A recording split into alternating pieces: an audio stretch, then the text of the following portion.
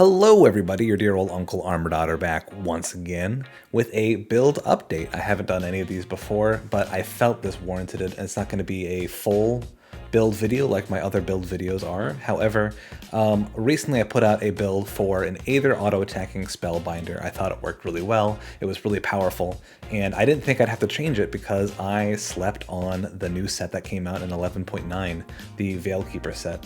Turns out, it fucking slaps. It's a great set. I didn't realize it at the time.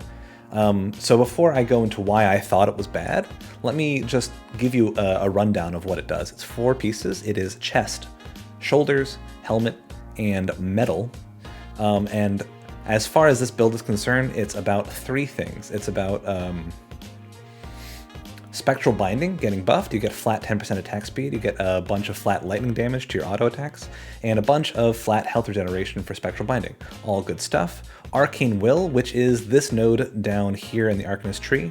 Whenever your health drops below 75%, for 10 seconds, you get bonus damage, bonus defensive ability, but thanks to the Veilkeeper set, you also get another 10% attack speed, 6% offensive ability, and an additional 200% health regeneration, which is really insane. And finally, things like Necrotic Edge and Reaping Strike.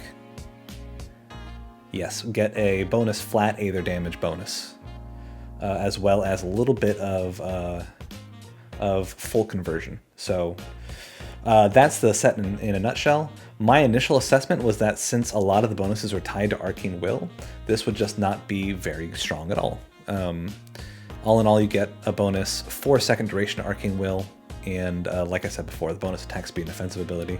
And I thought, because you couldn't really count on the fact that Arcane Will was ever present, the fact that it would have to start ticking down from when you triggered it, meant that you had a mandatory cooldown window where you didn't have Arcane Will present. And it turns out that even though that is the case, you pretty much have those bonus stats every time you need them. Every time you get into a knockdown drag-out fight, you always have that 10% attack speed and the 6% bonus offensive ability. The health generation bonus is nice, but it's not great, but it's definitely nice.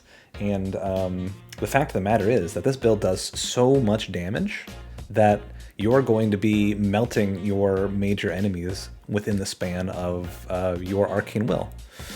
On top of that, the bonuses to Spectral Binding, Reaping Strike, and Necrotic Edge, they're all incredible. They hit really, really, really, really hard. Now, 7,000 flat Aether damage to Necrotic Edge, 8,600 flat Aether damage to Reaping Strike is bonkers. It's really, really, really, really good.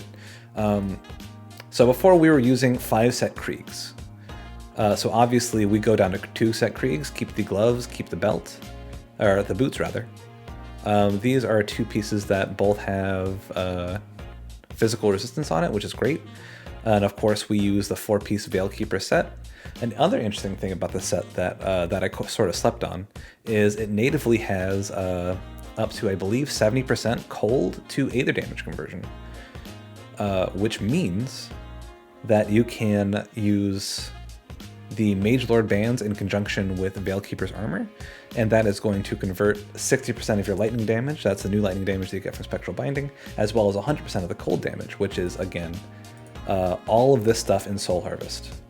Which means you can drop the Kree of Aldrich Scepter and pick up the Wrath of the Ascendant. What this means is that instead of having full Elemental to Aether conversion, you now have full Vitality to Aether conversion, and you have 60% Elemental conversion and full Cold to Aether conversion. This is going to give you a lot more flat damage overall. This is going to mean that every single point of damage from Soul Harvest gets boosted and turn into Aether damage. This also gives you a tricky choice. You can either go into, what I chose is Reckless Power, which is going to be more overall Aether damage, as well as the physical to Aether damage conversion, which is not irrelevant, but not super relevant. Or you can go into Harbinger of Souls, which is going to give you roughly the same amount of flat Aether damage, as well as a chunk of attack damage converted to health, But the reason that I went for Reckless Power is because you have native bonuses, I believe, on your Theoden Marcel, on your Wrath of the Ascendant, and I think on your boots. So you get a bunch of bonus points in the Reckless Power. But you know, I really think it's a coin toss at this point. You could really go for either Reckless Power or Harbinger of Souls, and I think you would be just as happy with either one. There are pros and cons to either. I haven't quite experimented with Harbinger of Souls, but I can see it being very, very strong. But with that being said, the guide that I made 3 weeks ago is officially moot. I think this is a much overall stronger build for this. The damage that you deal is way higher. It's way more consistent. And somehow I feel it's even tankier, which doesn't seem possible, but I don't know. I was able to blow through Crucible 150 to 170 3-4 times in a row without dying. Wasn't even really ever close. All of our devotions remain the same. Our skill tree remains the same. Only difference now is that we new use 4-piece Veil Keepers. We dropped the Mark of Aether for the Veil Keeper's Crest. And baba boom, that's really it. So after this short explanation, I'm going to show you my 150 170 Gladiator run. You can sort of see the build in action. You can see the immense amount of damage that's dishing out. And enjoy.